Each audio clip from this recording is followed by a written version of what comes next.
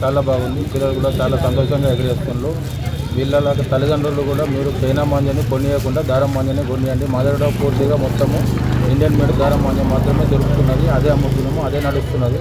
కాబట్టి మీరు కూడా సహకరించండి. పతంగులు కూడా చాలా బాగా ఉంటుంది. సంక్రాంతి కూడా చాలా బాగా నడుస్తున్నది. అందరూ రండి. ఇక్కడ ఓల్డ్ బస్ స్టాండ్లో సాయి కృష్ణ పతంగ్ సెంటర్.